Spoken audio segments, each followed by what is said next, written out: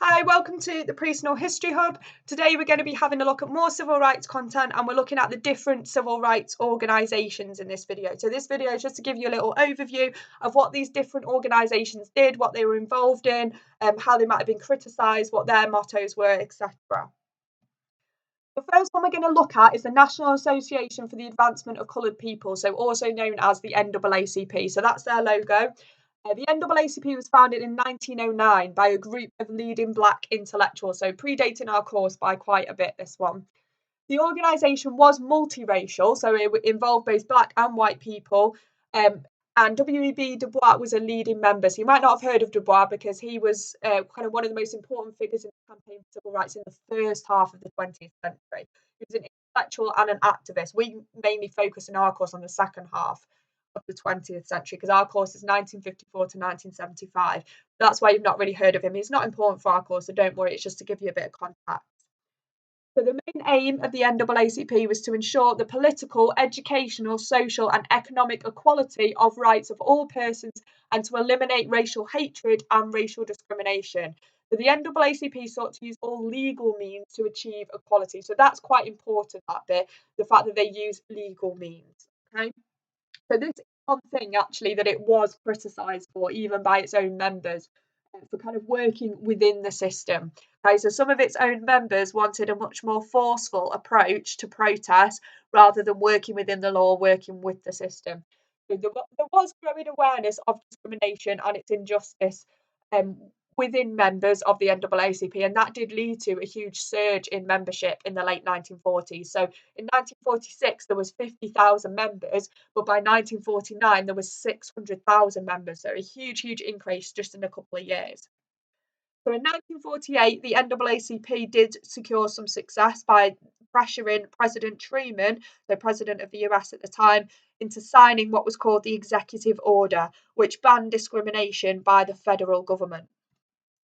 So 2 years later, the head of the NAACP's legal department, Thurgood Marshall, also won his case in the Supreme Court for state universities to provide equal facilities for all students. So they did have some successes.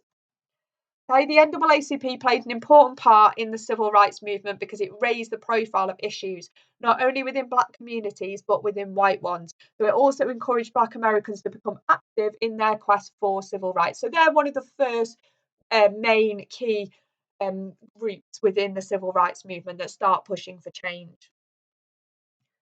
So the second one is the Congress of Racial Equality, also known as CORE. Okay. So CORE was founded by James Farmer, who was a young black American activist, and they were inspired by the non-violent tactics of Gandhi in India. They employed the idea of using sit-ins at cinemas and restaurants to highlight the issues of segregation, which actually led to the end of this practice in some cities in northern states in the late 40s. So they'd had a little bit of success in the northern states in the 1940s using this idea of sit-in. So a sit-in is where you would sit in an area where you're not supposed to. So they'd get black people to sit, say, in a cinema or a restaurant in a white area, just to highlight the issues of segregation. And they're not using any violence. They're just simply sitting there in an area where they're not meant to be in.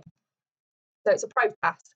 The court also began to demand the end of segregation on transport. So they were also a little bit involved in the Montgomery bus boycott. If you want to find out more about, there'll be a video on that as well. They were kind of quiet in the later 1950s, but CORE did become quite a prominent civil rights organisation in the 1960s, so during the Freedom Rides and the Freedom Summer, which again there'll be another video on if you want to find out more about them. So the next one that we're going to focus on is the Southern Christian Leadership Conference, or the SCLC. So there's their poster with Martin Luther King Jr. on it. So they were actually founded by Martin Luther King Jr. in January 1957, following on from the Montgomery bus boycott. The SCLC was black-led and black-run. It encouraged black Americans to seek justice and reject all injustice.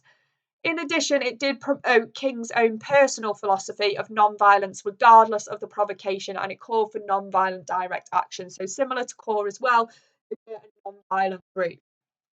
So the SCLC encouraged white Americans to help their fellow black citizens to challenge racism. But their motto was not one hair of one head of one white person shall be harmed. So they never ever wanted to use violence against people. Right? They always wanted to show we can achieve what we want to achieve by remaining calm, remaining non-violent. The SCLC also worked with Black communities to train people for the voter registration test that they had to pass before they could vote. So if you want to find out a bit more about them, there's some information on that on the previous video. So shortly after its establishment, the SCLC did organise a pilgrimage, which was called the Crusade for Citizenship, which marched to the Lincoln Memorial in Washington, D.C. in 1958. So it also aimed to increase the number of Black voters and hoped to force President Eisenhower, who's the president after Truman, to speak out on civil rights. The march failed, though, to attract widespread support, and Eisenhower refused to be drawn into the debate over civil rights. So initially, not great success-wise, but they do achieve some success later on. So the last one we're going to look at is the Student Nonviolent Coordinating Committee, also known as the SNCC, or SNCC as it became known as. So SNCC was founded at Shaw University in Raleigh, North Carolina in April 1960. It is predominantly a student organisation, this one.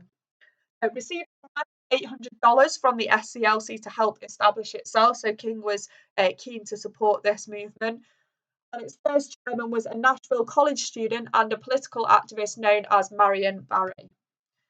So SNCC trained students to help cope with hostility and harassment that they faced during the sit-in. So you'll find out more information about this on the video on the sit-in that I'm going to be doing soon. So this ranged from things like swearing, racial abuse, blowing cigarette smoke into faces, pouring food and drink over them, and physical violence as well. So SNCC kind of trained students in order to remain calm and how to kind of overcome facing this kind of violence. So its efforts, it became kind of famous and became known for its continued efforts to desegregate lunch counters through non-violent confrontations. But it did have only modest success. So in May 1961, the group expanded its focus to also support local efforts in voter registration as well as public accommodation of desegregation. So it played a major role in key events of the early 1960s, including sit-ins, Freedom Rise, March on Washington, and the Freedom Summer, which there's all going to be videos on if you want to learn more about them. Thank you. Don't forget to subscribe to the Pre-Snore History Hub.